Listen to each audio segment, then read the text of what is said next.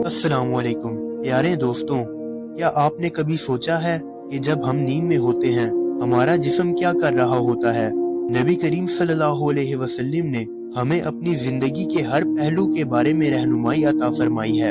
एक मर्तबा आप सल्लल्लाहु अलैहि वसल्लम ने फरमाया, जब तुम में से कोई नींद से बेजार हो तो अपना हाथ वजू के पानी में न डाले जब तक कि उसे 3 बार धो ना ले, क्योंकि इसे नहीं मालूम कि इसका हाथ रात भर कहाँ रहा। ये हदीस हमें तहारत, सफाई और एहतियात का पैगाम देती है। रात को नींद में हमारा हाथ मुमकिन है किसी नापाक जगह पर लग जाए, और अगर हम बगैर धोए वजू करेंगे तो नापाकी पानी में मुंतकिल हो सकती है। इसलिए हमें चाहिए कि सुबह उठते ही वजू से पहले हाथ को 3 बार धोना ना भूलें, ताकि हमारी इबादत पाकीज़गी के साथ हो। दोस्तों, नबी करीम सल्लल्लाहु अलैहि वसल्लम की छोटी छोटी बातों में भी बड़ी हिकमतें छुपी हैं। इन पर अमल करें और दूसरों तक भी पहुंचाएं।